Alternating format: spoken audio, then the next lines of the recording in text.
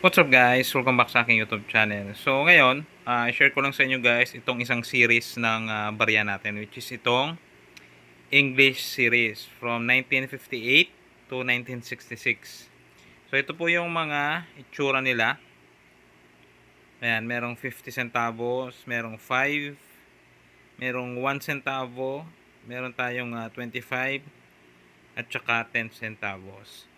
So sa kabilang side naman po guys, ay ganito yung kanilang itsura. So, marami po tayong mga iba't ibang series ng mga barya. Itong mga English series po, mostly po talaga dito is mga common lang ito. Kasi yung may mga value po talaga is yung mga silver coins na centavos, which is from 1945 pababa po. Ito po kasi is 1958 pataas. So, wala na siyang halong silver. So, itong mga ganito guys, medyo bibihira lang talagang bilhin ng mga nagko-collect kasi nga considered po siya na common.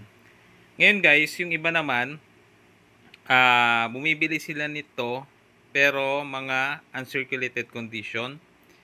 Tapos mostly mga maramihan po yung binibili nila. Ito po kasi yung ginagawa nila guys sa mga ibang common coins. Ginagawa po nila ng private blister pack gaya po nito. Itong set na ito.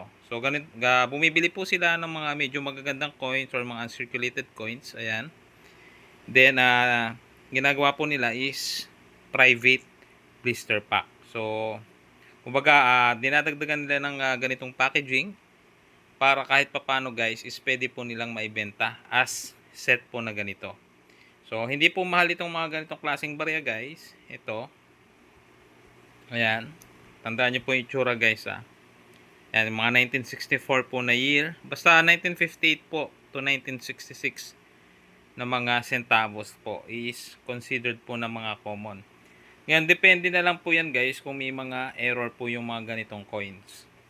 So, ibang usapan po yon pagka may mga error na po. Pero kung mga ganito lang guys, mga circulated, tapos mga uncirculated, considered po na common.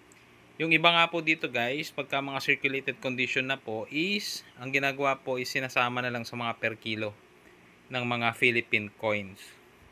So, minsan po, may mga iba po na nag-aalok ng per kilo, mga minsan 200, 250, mga ganun lang po.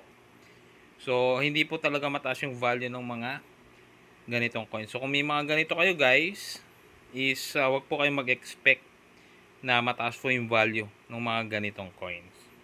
So, check nyo na lang guys Ayan yung mga itsura nila. Para at least meron kayong idea kung alin yung mga coins na common tsaka may mga value. So, English series 1958 to 1966 is considered po na mga common coins. So, ang tandaan nyo po guys, 1945 pababa na year. And then, ang denomination is 10, 20, tsaka 50 centavos. Kasi po, yun po yung may mga halo pong silver. So, yun lang guys. I hope na may napulot kayong idea at information regarding this coin. So, subscribe lang kayo guys dito sa ating channel. So, yun lang guys. Muli, maraming salamat sa panonood.